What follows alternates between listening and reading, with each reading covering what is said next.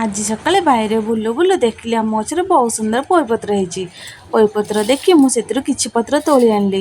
हेले से पत्र कौन रेसिपी बन भाभी भाभी लास्ट को मो मुंडे पशिला मु आज पोईपत्र बरा बनैबी। पोईपत्र बरा बनवाई चाउल को 2-3 घंटा बतुलाई नेला परे चाउल रे जीरा लंका रसुण अदा को दे भल भाव पिठौआण बाटिदेली। पिठौआण रे 2 चमच बेसन हलदी गुंड लुण को दे गोलई नेली।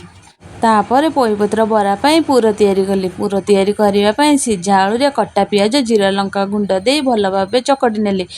पोईपत्र मझिरे आलू पूर दे पत्र को 2 पटू भांगी नेली।